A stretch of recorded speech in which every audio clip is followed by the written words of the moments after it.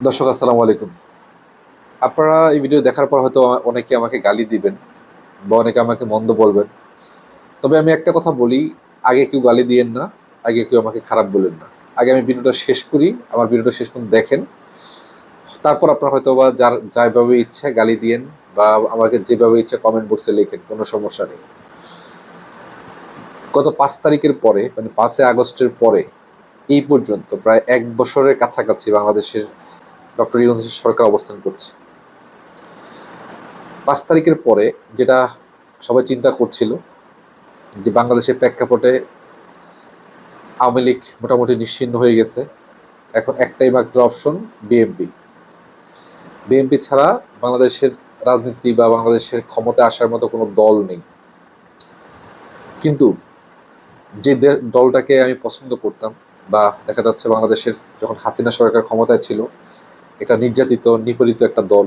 গত ১৭ বছর বিভিন্ন মার খেয়েছে, গুম হয়েছে এবং বিভিন্ন রকমের হয়রানির জুলুমের শিকার হয়েছে এই দলটা। সবাই পছন্দ করেছে। ৫ আগস্টের পরে যেটা একটা অভ্যর্থন ঘটে, যেটা বাংলাদেশের ইতিহাসে আর কখনোই হয়নি। মুক্তিযুদ্ধের পরে এত মানুষ কখনোই নিহত হয়নি। প্রায় ২,০০০ মানুষের আত্মত্যাগের বিনিময়ে কিন্তু একটা স্বৈরাচার সরকারের পতন হয়। তারপরে এই সরকার আসে বা সবার সমর্থিত সরকার। যাই হোক, বিএনপি নিয়ে যেটা বলছিলাম আমি, যেটা হলো বিএনপি ৫ আগস্টের পরে তারা কিন্তু দল ক্ষমতায় নাই। তারা ইউনূস সরকার কি করছে, সাপোর্ট করেছিল বা সরকার গঠনের জন্য তারা সাপোর্ট করেছে, মানসিকভাবে হোক যে কোনোভাবে। তাদের নেতা কর্মীরা কেন্দ্রের কোনো আদেশ নির্দেশ মানছে না। গত ১ বছরের কাছাকাছি বা ৬ মাসে ৯ মাসে যেটাই বলেন না কেন, ১৫০ উপরে খুন হয়েছে। তাদের নিজেদের নেতা কর্মীরা একজন আরেকজনকে খুন করেছে, দখল কেন্দ্র করে, বিভিন্ন চাঁদাবাজি স্থান কেন্দ্রকে কেন্দ্র করে। এবং বিএনপি নিজে থেকে ৩ থেকে ৪ হাজার নেতাকর্মীকে বহিষ্কার করেছে চাঁদাবাজি টেন্ডারবাজির অভিযোগে। এবং কয়েকদিন আগে আমরা দেখেছিলাম পাথর দিয়ে কীভাবে হত্যা করে। এবং প্রত্যেকটা জায়গায় টেম্পো স্ট্যান্ড থেকে শুরু করে বাস স্ট্যান্ড পর্যন্ত সব জায়গায় চাঁদাবাজি টেন্ডারবাজি তারা করছে। একটা সময় ছিল তখন ২০০৬ সাল আগে বিএনপি যখন ক্ষমতায় ছিল, তখনও কিন্তু এগুলো ছিল, হাসিনার আমলও ছিল। কিন্তু ২০০৬ সালের আগে যে ঘটনা ঘটেছে, কিন্তু সোশ্যাল মিডিয়া এভাবে অ্যাক্টিভ ছিল না, এই জন্য প্রকাশ আসতো না। এখন যদি কোথাও কোনো রকম চাঁদাবাজি হয়, চাঁদা ধর নিয়েই গেল, কিন্তু তাৎক্ষণিক বা তার ১০ মিনিট ২০ মিনিট পরে কিন্তু সেটা সোশ্যাল মিডিয়াতে প্রকাশ হয়। আর এখানেই সবচেয়ে বড় সমস্যা হচ্ছে বিএনপির। বিএনপি এখানেই মারা গেছে। মানে তারা চাইলেও এটাকে দামাচাপা দিতে পারতেছে না, সোশ্যাল মিডিয়া সয়লাভ হয়ে যাচ্ছে। আর এই মানে এটাই বিএনপির একমাত্র মাইনাস পয়েন্ট, যে তারা জনগণের মানে পালস যেটাকে বলে, জনগণের ভাষা বুঝতে পারতেছে না। ৫ আগস্টের পর শুধু বিএনপির আন্দোলন ছিল না, এটা বাংলাদেশের আপামর জনতা সবার আন্দোলন ছিল, সবাই মাঠে নামছে। কিন্তু এককভাবে তারা সেটাকে পুঁজি করে তারা নিজেদের স্বার্থ হাসিলের জন্য নেমে গেছে। এটা হচ্ছে বিএনপির সবচেয়ে বেশি মাইনাস পয়েন্ট। এই মুহূর্তে যদি আপনি অনলাইন জরিপগুলো বিচার করেন, জামাত ইসলাম বাংলাদেশে একটা এখন ফ্যাক্টে, জামাত ইসলাম যে একটা সমাবেশ করেছিল গত কয়েকদিন আগে ১৯ তারিখে, বিএনপি থেকে শুরু করে যারা অন্যান্য রাজনৈতিক দলগুলো, তারা হতভম্ব হয়ে যায় যে জামাতের দ্বারা এটা কিভাবে সম্ভব। আমরা দেখেছিলাম চিড়ামুড়ি বা কেউ নিজেদের উদ্যোগে খেজুর, পানি ব্যাগে করে নিয়ে এসে, রুটি বানিয়ে নিয়ে এসে মানুষ সমাবেশে উপস্থিত হয়েছে। কিন্তু এই ১০ থেকে ১৫ লক্ষ লোকের সমাবেশ যদি আওয়ামী লীগ অথবা বিএনপি কোনো দল গঠনের চিন্তা করত, তাহলে তাদের মিনিমাম খরচ পড়তো প্রতি জনের পিছে, মাথা পিছে ১ থেকে ১,৫০০ টাকা।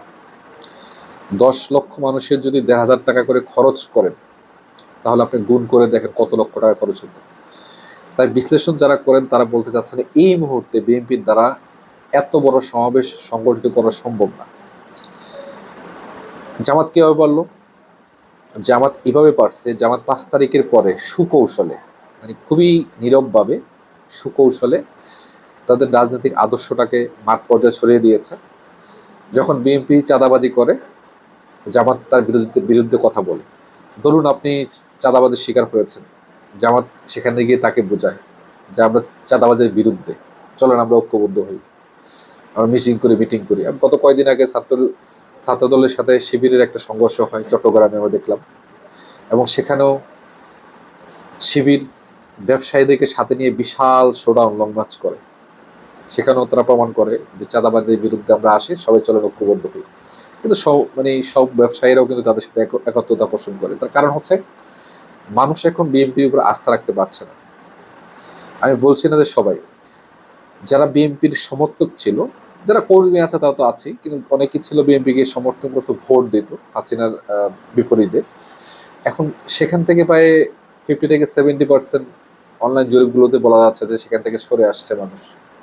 যেমন অনেকেই আছে এমন যে আমরা হয়তো বা ভোট দেই, কোনো রাজনীতির সাথে জড়িত না, তো এখন চিন্তা করতেছে না এইভাবে যদি দেশ চলে, যদি তারা ক্ষমতায় আসে কি করবে, মানে এই প্রশ্নটা মানুষের মাথায় চলে আসছে বারবার।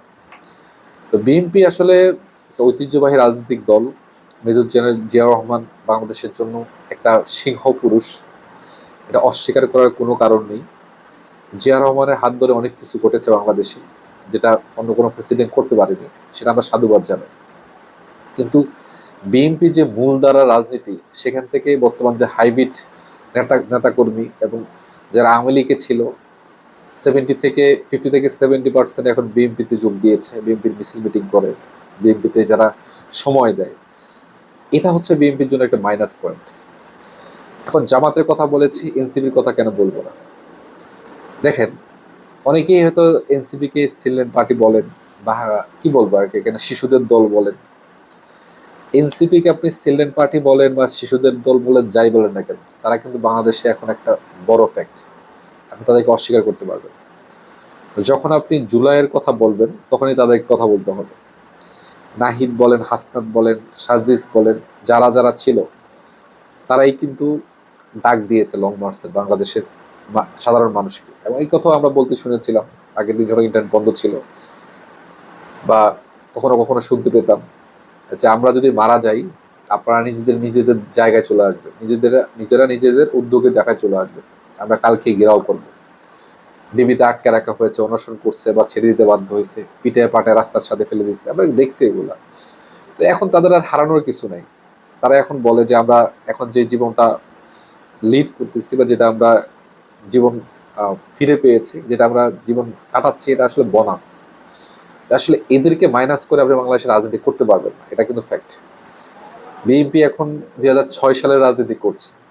এখন বিএনপির উচিত স্মার্ট রাজনীতি করা, জনগণের জনগণের পাশে যাওয়া, তাদের দুঃখ সুখের কথা শোনা।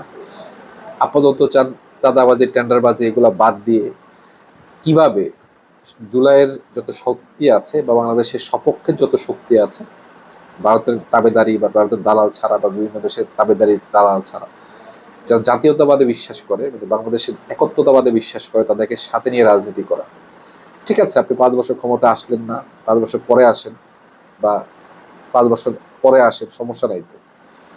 কিন্তু আপনি যদি আবারও স্বৈরাচার হওয়ার চেষ্টা করেন, মানুষকে গণায় না ধরেন, কেউ কিছু বললে তাকে দাবানোর চেষ্টা করেন, তাহলে এই রাজনীতি বেশি দিন টিকবে না।